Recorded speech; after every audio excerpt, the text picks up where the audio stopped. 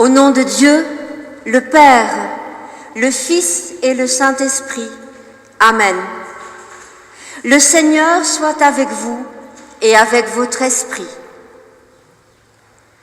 Louons le Seigneur.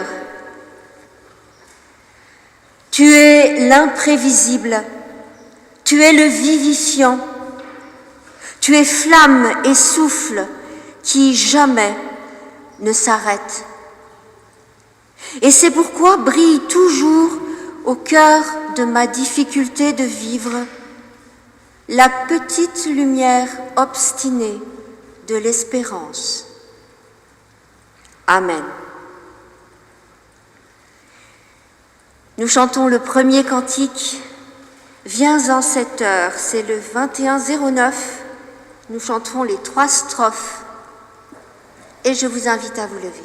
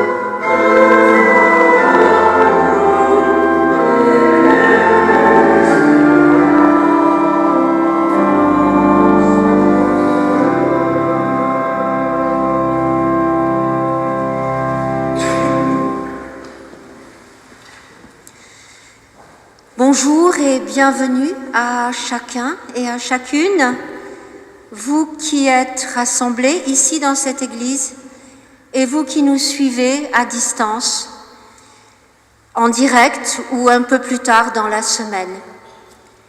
Bienvenue à chacun, que ce temps soit un temps de repos et un temps d'ouverture. C'est un culte un peu particulier que nous partageons ce matin. Nous avons au calendrier un culte témoin du mois. C'est un grand témoin, le pasteur Claveroli, qui n'est pas là ce matin bien sûr, mais qui a délivré samedi dernier, lors de l'Assemblée générale de la Fédération protestante de France, un message que Marc Fritsch et moi-même nous avons souhaité partager ce matin, lui à Saint-Matthieu et ici à Saint-Marc pour moi, à Saint-Jean, pardon. Vous voyez que même si nous ne pouvons pas nous réunir en ce moment à Saint-Marc, eh bien, ce lieu est toujours dans nos cœurs. Donc c'est une forme particulière, bien sûr, il ne s'agit pas de partager tout le texte, qui est un texte à lire, à méditer, un texte très profond qui nous emmène dans les fondements de notre présence en tant que membres de communauté et en tant qu'Église dans la société et dans le monde.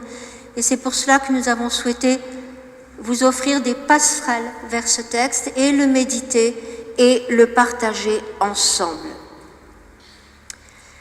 Nous allons donc commencer cela. Pour votre repère, vous saurez que lorsqu'il s'agit de partager le message du pasteur Claveroli, je serai ici. Et pour les prières, nous avons trois lecteurs ce matin.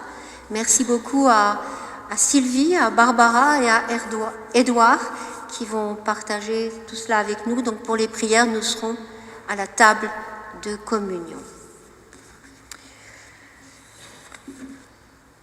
C'est donc avec les mots suivants que le pasteur Claveroli introduisait les vœux de la Fédération protestante de France le 23 janvier, et ces mots, il les a repris le 30 pour l'Assemblée générale. Cette année 2020 aura été celle d'une crise terrible provoquée par la pandémie de la Covid. Elle aura été aussi, nous en sommes tous témoins, celle de la fraternité, où tant de gestes et tant de mots nous ont fait comprendre et vivre l'humanité dans l'attention à l'autre et dans la responsabilité partagée. Avec les plus vulnérables, les plus pauvres, les étrangers, les anciens, mais aussi les plus jeunes, les enfants ou les étudiants. Cette année aura enfin été l'année d'une conscience renouvelée de la spiritualité. Une année dont l'épreuve, qui n'est pas finie, nous le savons tous, nous replace chaque jour qui vient devant des questions que nous croyons enfouies et parfois même oubliées. La peur, la mort, la solitude, et plus largement encore la finitude, la fragilité et l'interdépendance de nos vies mêmes et de nos systèmes. Devant les souffrances et les deuils, le silence est parfois de mise. Il arrive qu'il soit effectivement le seul lieu symbolique dans lequel chacun puisse enfin se plonger pour s'écouter soi-même, se retrouver et s'accepter dans une solitude toute humaine et dans les abysses d'une spiritualité la plus intime, éprouvée et comme mise à nu par l'épreuve.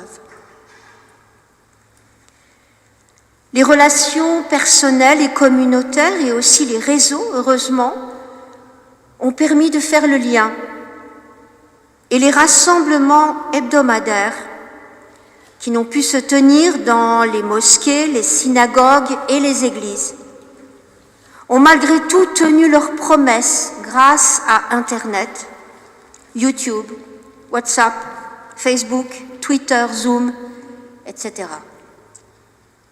Je voudrais témoigner en tant que membre de l'équipe pastorale de Colmar à quel point ces moyens, qui sont bien sûr un autre état de la présence, ont été nourrissants et ont tenu et permettent tout simplement de travailler quand la seule possibilité de se retrouver physiquement serait totalement empêchée. Et donc les religions ont fait, poursuit le pasteur Claveroli, les religions ont fait ce qu'elles avaient à faire. Religion, vous le savez, vient de religare, ce mot latin qui signifie à la fois relier les êtres et relire les textes anciens. Et nous allons prier.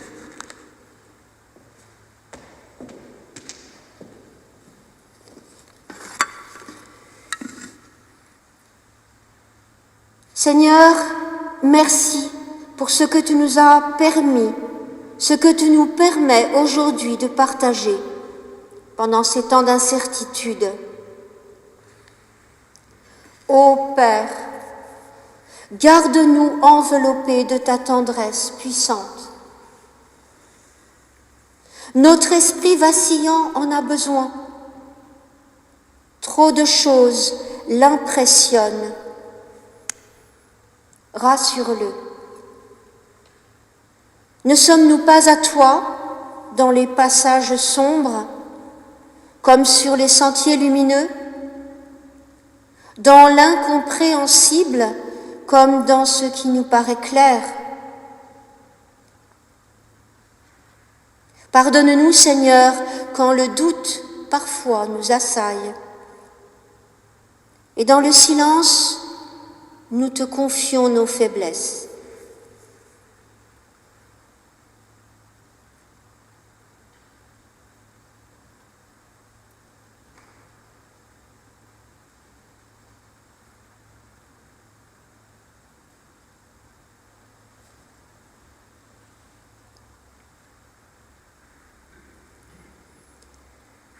Dieu notre Père nous fait miséricorde.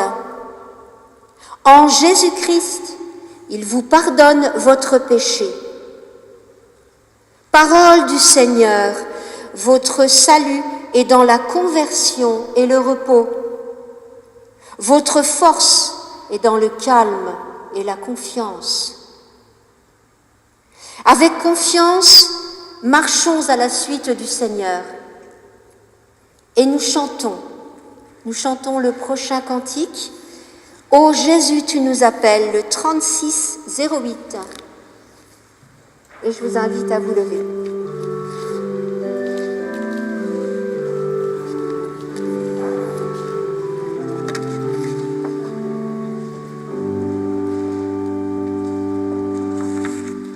Amen.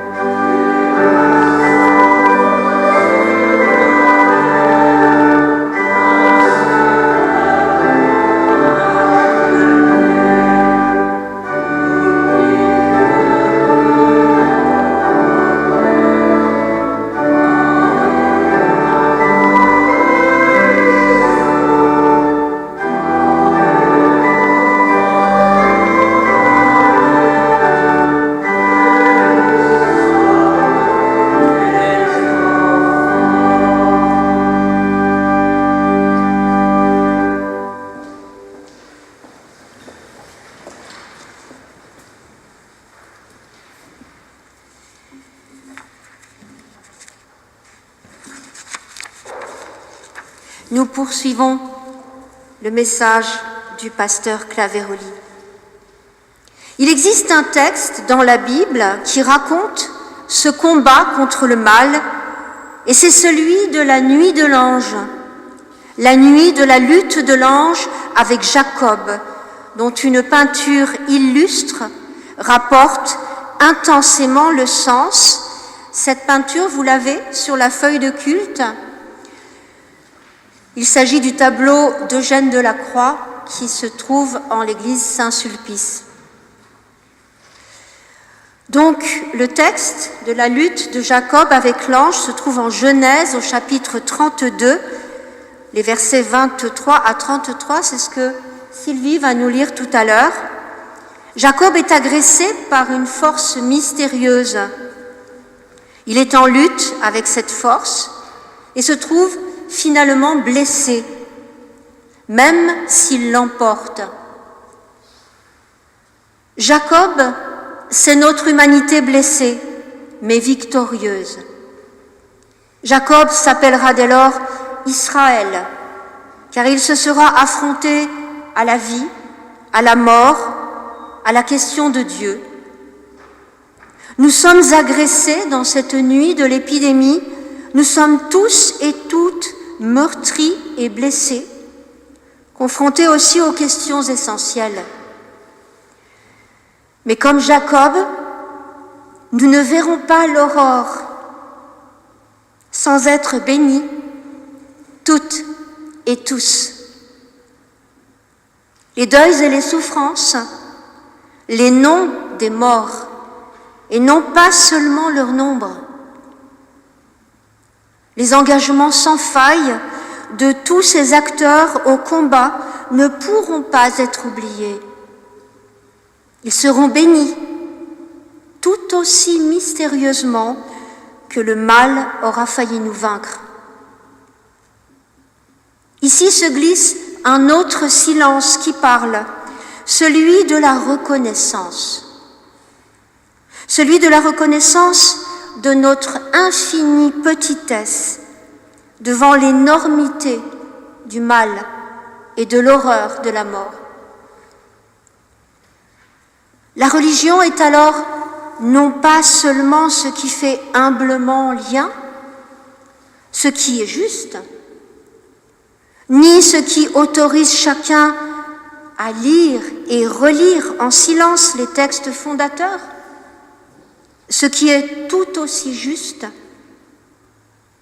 mais aussi et peut-être surtout, selon sa troisième étymologie, ce qui fait prendre conscience, dans le scrupule et le respect silencieux, de cette distance, de cet écart entre soi et soi, entre soi et Dieu, et qui touche à cette précarité, de cette finitude. Il n'y a rien de plus spirituel que de consentir à cette finitude, que d'accepter d'avoir peur, et donc de pouvoir commencer à être courageux, et non pas téméraire ou crédule. D'avoir conscience de cette précarité, autrement dit, comme l'évoque ce mot, de prier l'autre, dans la conscience d'une dépendance à son égard.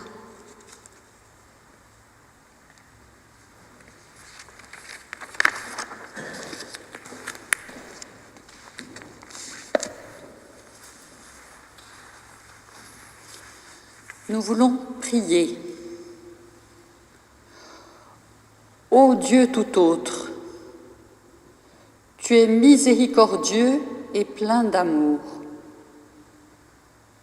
Tu remplis nos mains vides, tu guéris nos cœurs incertains et tu fortifies nos pas chancelants. C'est toi qui nous guides et qui nous aimes. Tu as besoin de chacun de nous. Tu es béni pour les siècles des siècles. Amen. Et nous pouvons donc lire dans le livre de la Genèse, au chapitre 32, les versets 23 à 33.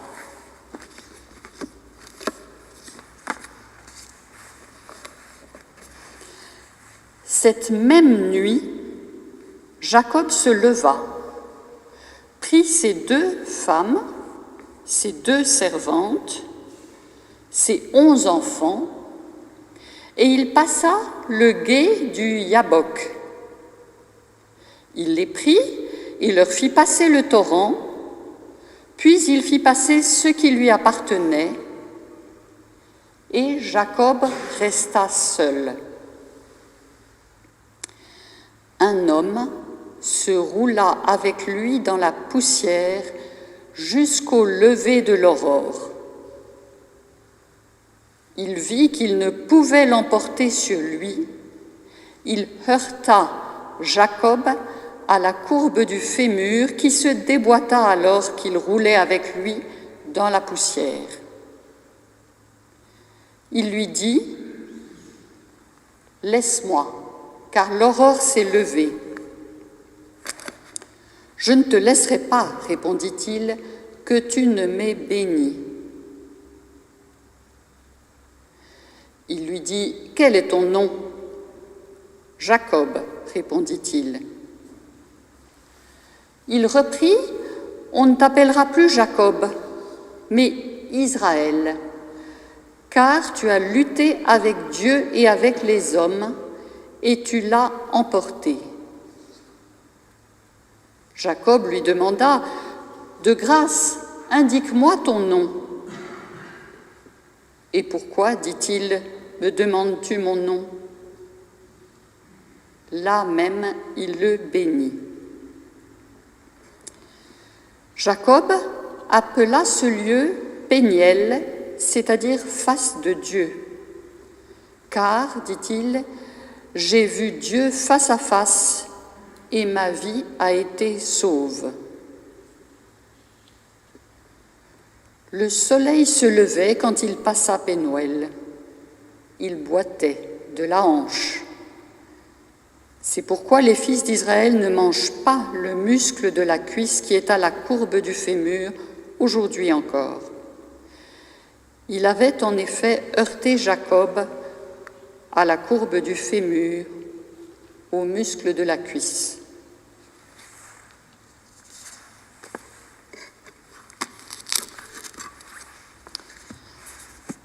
Nous pouvons maintenant chanter le prochain cantique, le numéro 4501, « Ta volonté, Seigneur mon Dieu », les strophes 1, 2, 3 et 4.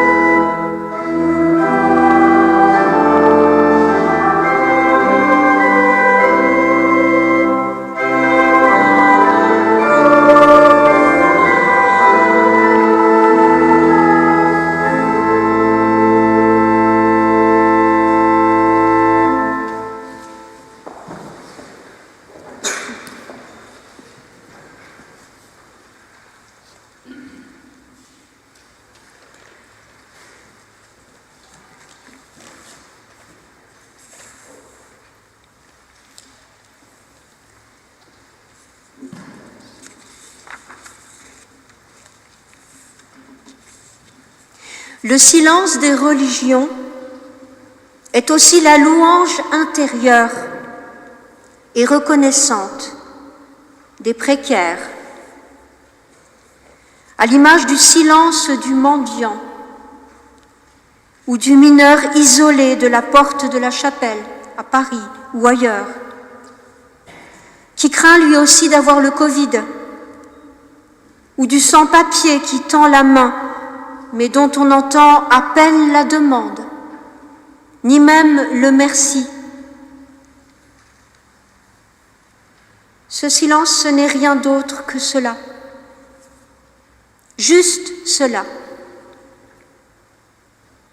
Elle est, cette louange intérieure, un souffle exprimant un remerciement aux hommes pour leur capacité à lutter, et à Dieu pour sa bénédiction secrète. Elle est reconnaissance murmurée, mais imprenable, car elle confesse humblement et avec constance que Dieu proteste contre la mort depuis tous les commencements. C'est ainsi, croyant ou incroyant, que l'homme est fait, d'os, de chair et aussi de transcendance, pour protester lui aussi contre la mort. Et nous partageons la confession de foi de Dietrich Bonhoeffer.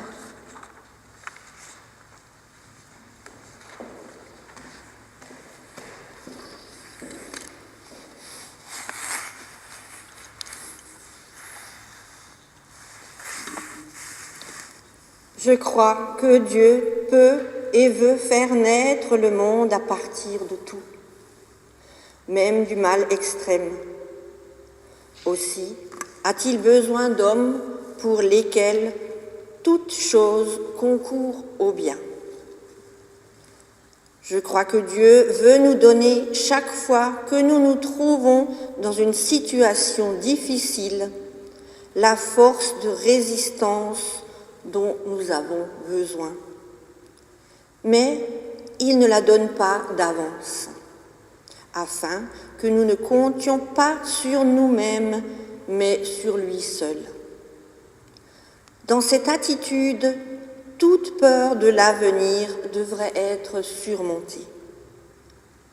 Je crois que nos fautes et nos erreurs ne sont pas vaines, et qu'il n'y a pas plus difficile à Dieu d'en venir à bout que de nos prétendues bonnes actions. Je crois que Dieu n'est pas une fatalité hors du temps, mais qu'il attend nos prières sincères et nos actions responsables, et qu'il y répond.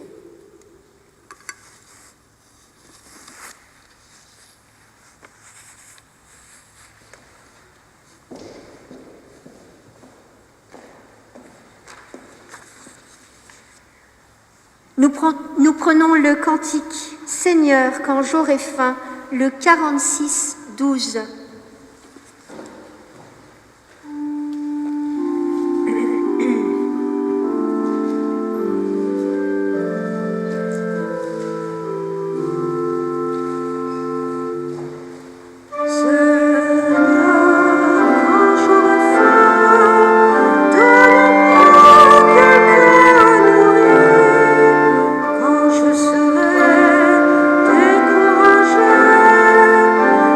Donne-moi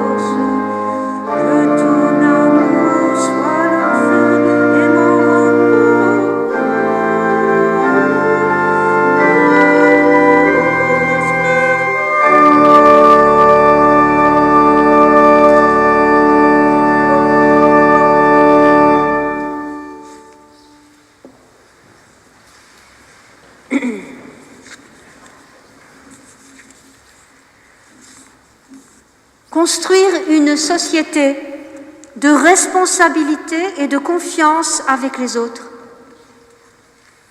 La crise que nous traversons peut s'analyser selon différents critères et être passée au crible de plusieurs disciplines. Pour ce qui est d'un regard informé par l'Évangile, 2 éléments peuvent servir de balise, de jalon provisoire sur un chemin qui n'est pas entièrement parcouru à ce jour, puisque la pandémie n'a pas encore dit son dernier mot. Ces 2 éléments sont la responsabilité et la confiance.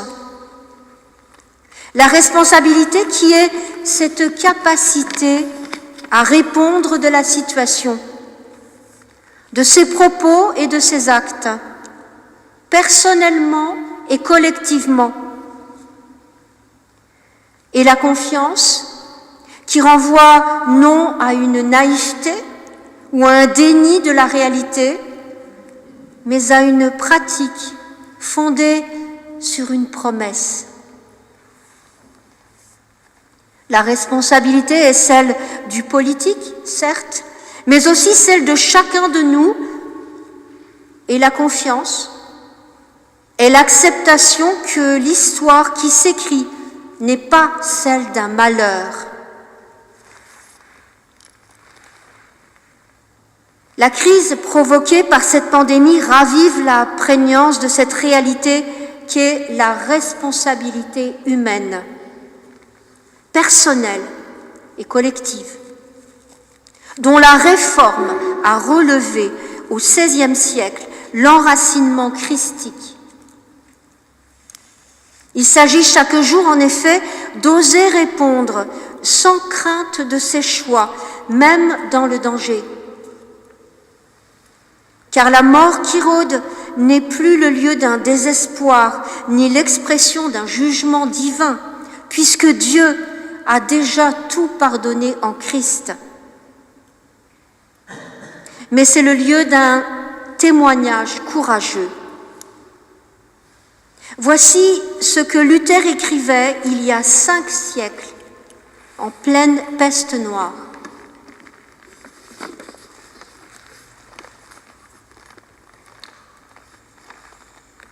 Pour insister sur cette responsabilité qui est celle de l'homme, voilà ce que Luther a écrit comme une prière.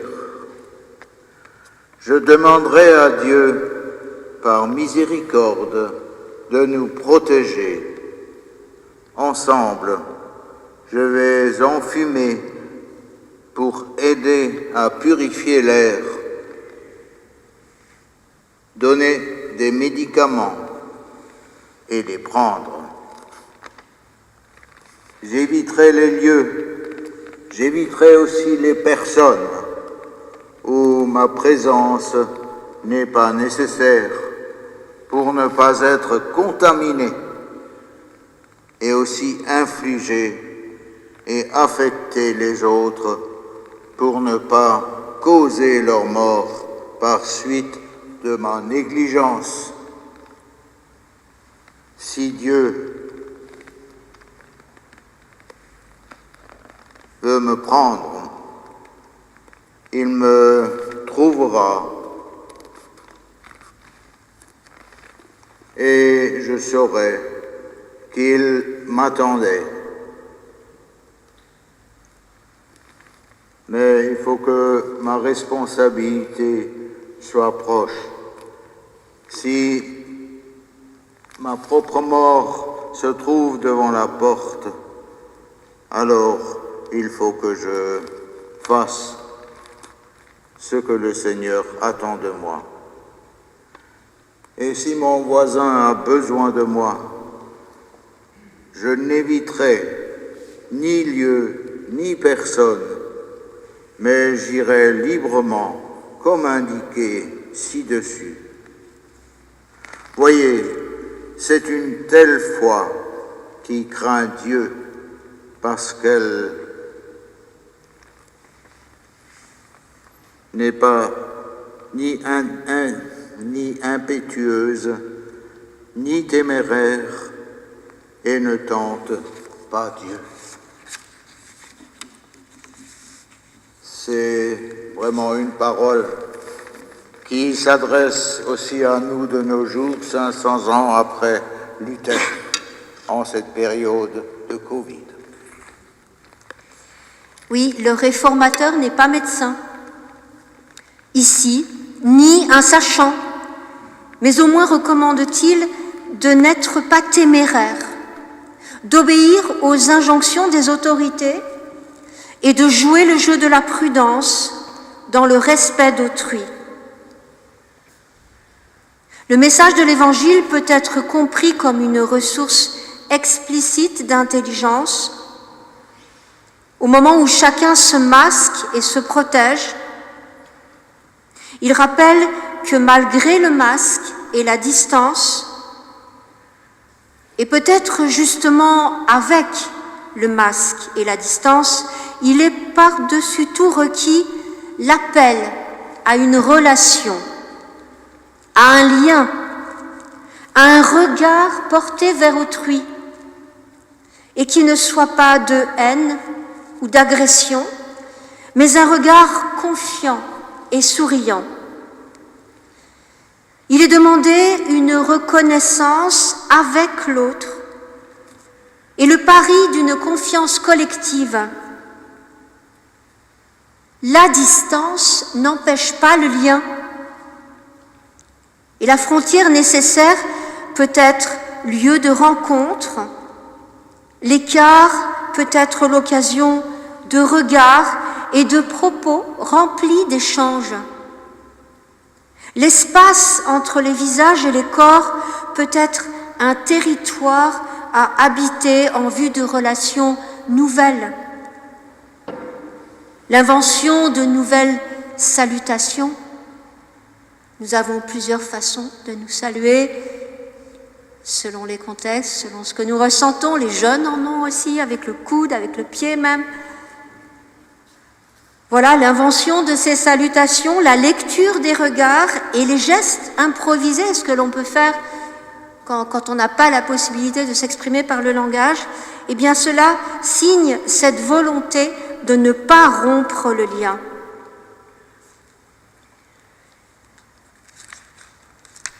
Alors, nous allons maintenant nous unir de nouveau dans la prière d'intercession.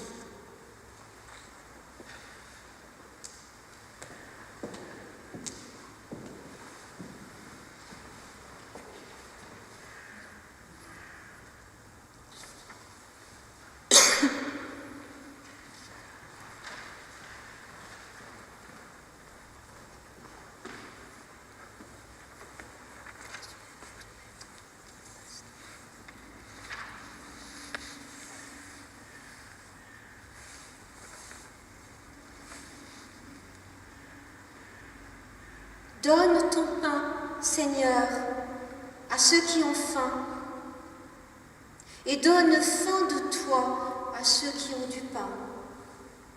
Car toi seul, Seigneur, peux rassasier notre désir.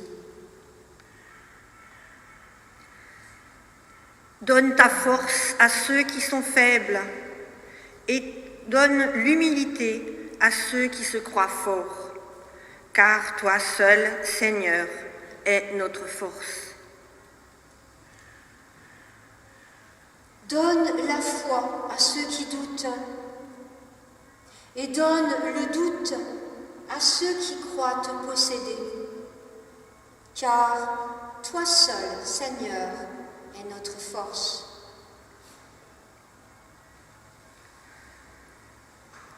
Donne confiance à ceux qui ont peur, et donne ta crainte à ceux qui ont trop confiance en eux, car toi seul, Seigneur, soutiens notre espérance.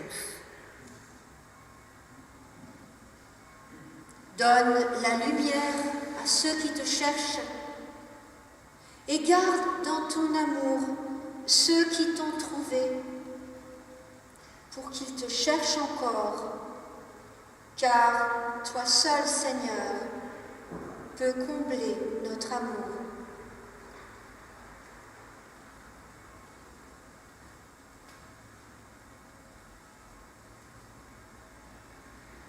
Seigneur, tout ce qui bouillonne dans nos cœurs et ne franchit pas nos lèvres, nous le rassemblons dans cette prière que ton Fils nous a apprise et nous nous levons pour te dire: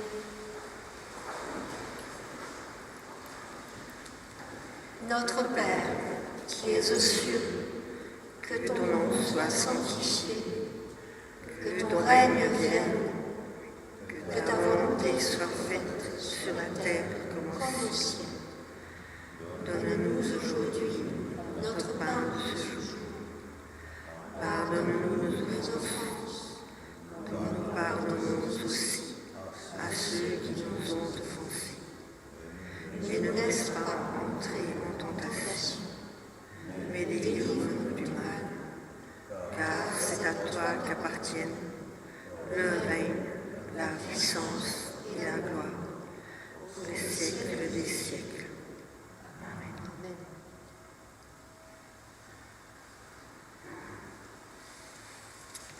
Et nous chantons le prochain cantique. Tu es là, au cœur de nos vies, les 3 strophes. C'est le 47-19.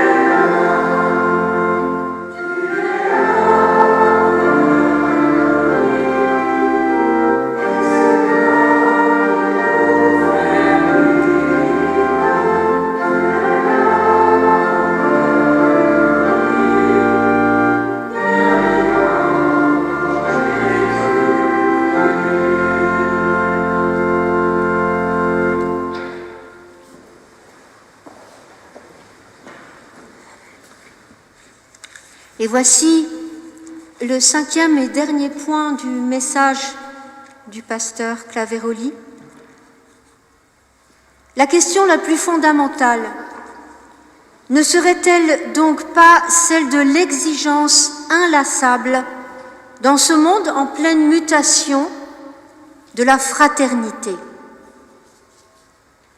La pandémie a mis à mal les systèmes de santé, les économies, la crédibilité du discours politique, mais plus généralement, elle a questionné les idéaux de fraternité, renvoyant chacun, individu, famille, association, religion, pays, chacun a ses intérêts immédiats, personnels, communautaires, stratégiques, sanitaires et nationaux. Elle a même interrogé le modèle démocratique de plein fouet dans sa capacité à répondre vite et fort dans ses décisions face à des nécessités et des choix, sans bafouer l'attention à l'autre, aux plus faibles, aux plus vulnérables. La globalisation de la pandémie aura été, à sa façon, symptôme d'une mondialisation des compétitions et des risques de conflit. On comprendra que dans un tel contexte, les questions qui le portent, le protestantisme, les questions qui portent le protestantisme restent vives. Donner envie d'être ensemble, vivre du feu du buisson ardent de l'Exode, tout autant que de celui des Lumières, arrimer la foi en Christ à la raison critique et se prémunir du fondamentalisme qui gagne ici et là. Plaider pour la justice climatique et pour une création bonne. Faire valoir sans relâche les exigences de l'accueil des exclus et des exilés, les tribalismes confessionnels, se tenir loin des réductions à une morale discriminante de ce qu'est la parole délibérément inclusive de l'Évangile, aborder dans un esprit d'intelligence les sujets difficiles comme celui de l'interreligieux et faire accéder au langage les fragiles et les vulnérables. Apprendre et vivre l'œcuménisme au lieu d'en parler aimablement seulement, et enchanter la rencontre interpersonnelle. Écrire à la main, avec nos mains en quelque sorte, une Bible manuscrite faite de nos histoires et de nos vies. Amen.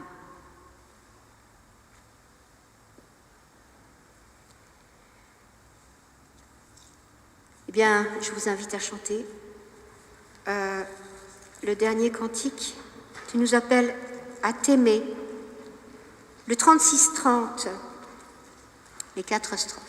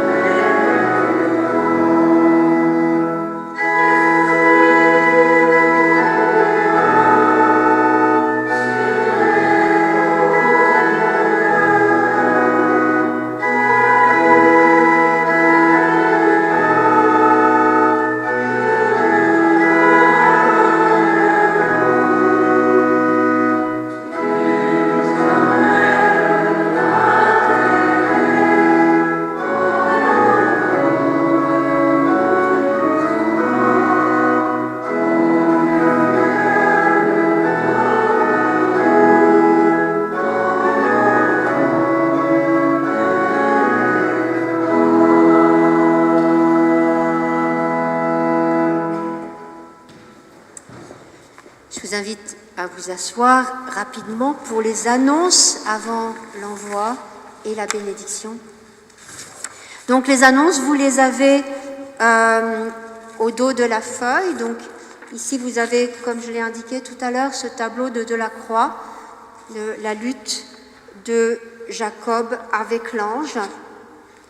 Et je voulais vous dire aussi que derrière, on vous a mis le lien, enfin disons l'adresse, pour retrouver la vidéo et le texte complet de la méditation du pasteur Claveroli. Ça se trouve sur le site de la FPF. Alors bien sûr, on ne peut pas recopier tout ça, mais on met quelques mots et puis ça sort. Hein. Vous avez aussi, nous avons aussi au fond de l'église, à l'entrée, pardon, quelques exemplaires du texte pour ceux qui souhaiteraient l'emporter, puisque bien entendu, nous n'avons de loin pas pu partager tout le texte. Je vais appeler Gilles qui souhaiterait nous parler des camps et des formations, des activités de campus. Et sinon, vous savez tous, pour ceux qui n'ont pas encore voté, vous avez donc au fond l'endroit où déposer vos bulletins, puisque le vote se fait uniquement par correspondance. Là encore, vous avez toutes les indications ici.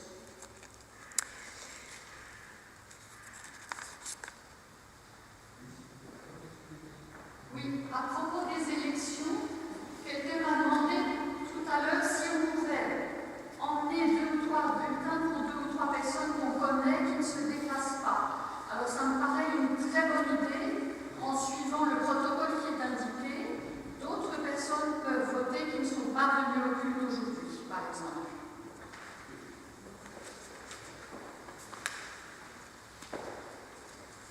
Oui, donc pour les bulletins, vous pouvez prendre des enveloppes, hein, vous pouvez prendre tout ce qu'il faut, les amener et ensuite, soit la personne envoie par courrier, par la poste, ou bien vous le ramenez encore.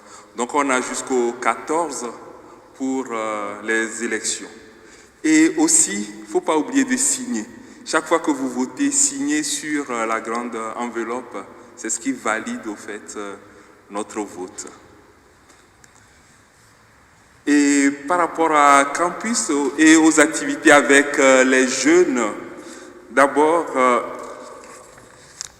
nous aurons une formation, enfin si la situation nous la permet, et nous aurons une formation BAFA du 20 au 27 février, donc d'ici peu. Et cette formation est subventionnée déjà par la CAF, mais aussi par l'UEPAL aussi. Du coup, chaque jeune de 17 ans et plus qui aimerait se faire former peut s'inscrire et la formation lui reviendra à 65 €, mais aussi il peut y avoir une aide de campus, donc c'est presque gratuit, au fait, c'est presque gratuite pour les jeunes qui veulent faire cette formation. Donc, si vous en avez, si vous en connaissez, parlez-en autour de vous. Et pendant la deuxième semaine des vacances de février, du 1er au 5 mars, donc, nous aurons un centre aéré, comme nous l'avons fait déjà à Noël, à Campus. Et donc, c'est destiné aux enfants de 6 à 14 ans. Donc, nous aurons 2 groupes, 6, 11 ans et puis 12, 14. Maintenant, les plus grands, ceux qui ont plus de 14 ans, les 15, 16 et autres, peuvent venir aussi, mais seront en situation de responsabilité plutôt. Et le dimanche 21, nous aurons une célébration ici même avec les catéchumènes aussi. Merci.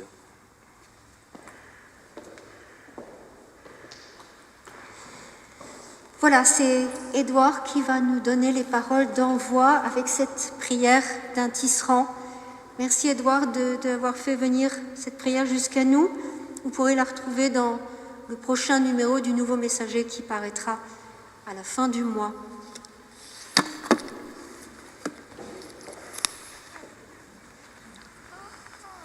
J'aimerais partager avec vous cette pensée d'un tisserand de la Finlande. Lorsqu'il s'apprêtait à commencer son œuvre, voilà ce qu'il a écrit. Notre vie, en cette année, sera comme un tissu qui s'élabore. Un tissu dont je ne sais pas ce qu'il sera. Un tissu sans modèle. Un tissu sans dessin savant. Dans ce tissu, je peux être un fil, un trait de couleur, peut-être du bleu profond ou du rouge éclatant, ou bien encore un fil gris. Le fil gris est une image du gris neutre de la vie de tous les jours.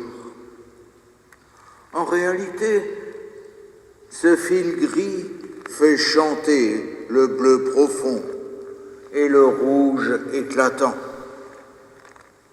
C'est lui qui est conteur et porteur d'harmonie. Avoir sa propre couleur et de cela se réjouir, car elle apporte la joie et non la rivalité. Comme si moi, bleu, j'étais ennemi du rouge. Il y a de la place pour tous. Chaque fil, même le plus lumineux, peut disparaître, tissé sous les autres. Il est cependant là, même si on ne peut pas le voir. Et quand mon fil aura cessé d'être visible, alors toute l'harmonie apparaîtra et le bonheur adviendra.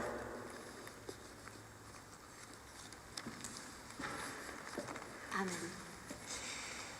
En sortant, vous trouverez au bout des bancs des paniers pour déposer votre offrande et maintenant, je vous invite à vous lever pour recevoir la bénédiction du Seigneur.